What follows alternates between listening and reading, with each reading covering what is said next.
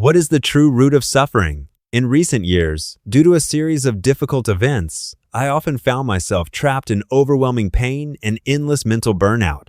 It took a real toll on my work, my daily life, and my health. For the first time in my life, this forced me to step back and ask, what is the true origin of suffering? And how can we finally break free from it? I'm sure you've had similar experiences. Maybe it was conflict with your parents growing up, struggles at work, arguments with your partner, or the heavy pressure of expectations for your kids. When was the last time anxiety or pain kept you awake at night? Today, I want to share the fruits of my deep reflections and research with you. If you are currently going through a painful, anxious, or suffocating time, I genuinely hope what I'm about to say can bring you real help. First, I ask you to take a moment to understand the fundamental logic of suffering. We will unpack the essence of pain through three distinct lenses: evolutionary biology, psychology, and philosophy. Layer 1. Evolutionary biology.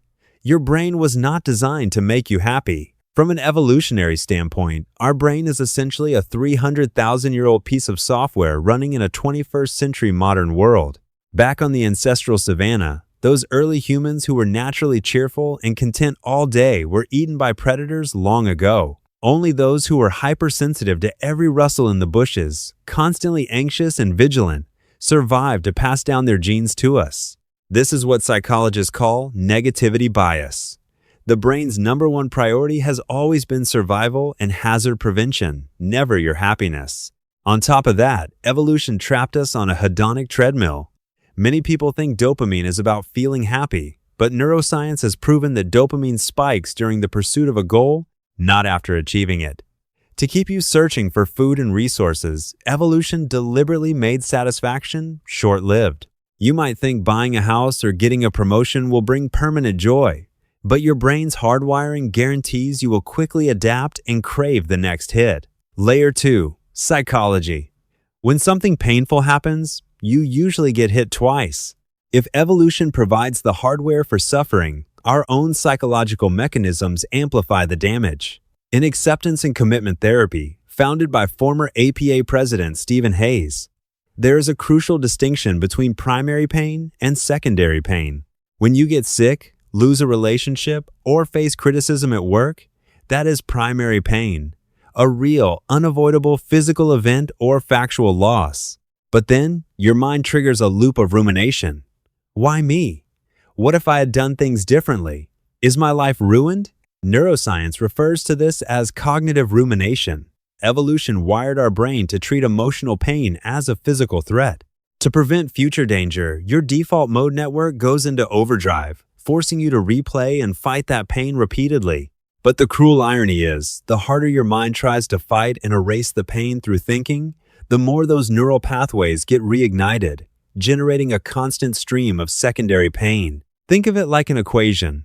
Suffering equals event times resistance. That's why when hit by life's first arrow, our brain, in a misplaced attempt at self-defense, grabs a second and third arrow and shoots them straight into our own hearts. Layer 3. Philosophy and religion. Attachment and existential dilemmas. At this level, suffering is no longer just a biological instinct or psychological reaction. It is the ultimate challenge of human self-awareness. First, from the Buddhist perspective, suffering stems from ignorance and attachment, ignorance of impermanence, and attachment to what must change. We tend to grab onto temporary things like fame, relationships, or even our self-concept and demand that they last forever. Using finite clinging to fight infinite impermanence inevitably creates suffering. Second, from an existentialist perspective, our self-awareness exposes us to four ultimate anxieties: the inevitability of death, absolute isolation, the weight of freedom, and the loss of meaning. When we try to escape these ultimate truths or demand absolute certainty in an uncertain world, deep existential emptiness emerges. As someone once summarized so brilliantly, if your capability exceeds your desires, you will be happier. If your desires exceed your capability, you will suffer. If you have no desires at all, you won't feel pain, though you probably won't feel much joy either. Complete desirelessness isn't what most of us seek, but can we find a healthy balance in between? Looking at these three layers, biology, psychology, and philosophy, it makes you wonder, is suffering truly unavoidable? Congratulations, you got it right. Based on human hardware and software, pain is unavoidable. If you lie awake at night, repeatedly telling yourself, I need to stop feeling in pain, I need to stop being anxious, trust me, your mind will end up completely filled with pain and anxiety. Since anxiety is hardwired into our biology, and impermanence is an inescapable part of life, trying to eliminate suffering entirely is the ultimate illusion. Here are 2 actionable tools you can use right away. Tool number 1, cognitive defusion. When your mind tells you, I'm a failure, or I completely ruined everything, don't argue with it and don't blindly believe it. Simply say to yourself, I notice that my brain is generating the thought that I am a failure. Notice the shift? Don't think I am in pain right now. Tell yourself I am experiencing a feeling of pain. Understand this. This uncomfortable feeling is an evolutionary instinct born hundreds of thousands of years ago. But it is not your thinking itself. It's just a temporary sensation, like hunger. You don't stay hungry forever because you eventually eat. Likewise, you won't stay in pain forever. Think back to a night when you tossed and turned in agony, but the next day, after a brief chat with a friend, you suddenly felt refreshed and realized how absurd last night's insomnia was. See, that is the true nature of pain, as an external feeling. It comes and it goes. You wouldn't blame yourself for a rainy day. So why fear or blame yourself for experiencing pain? Tool number 2, somatic grounding and focusing on your circle of control. Whenever your mind gets lost in regret over the past, fear of the future, or existential emptiness, bring your attention straight back to your physical body. Feel the pressure of your feet against the floor. Feel your chest rise and fall with your breath. Feel the touch of your mattress.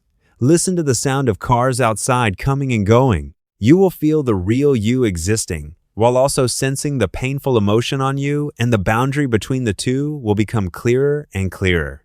Here's a small exercise. When you feel hungry or thirsty, close your eyes and feel the movement in your stomach, the dryness of your lips, the flow of saliva. See? Your body is simply coexisting with another ancient evolutionary sensation, and that is completely okay. Then ask yourself, right now, in this moment, within the small circle I can actually control, what is the single smallest thing I can do?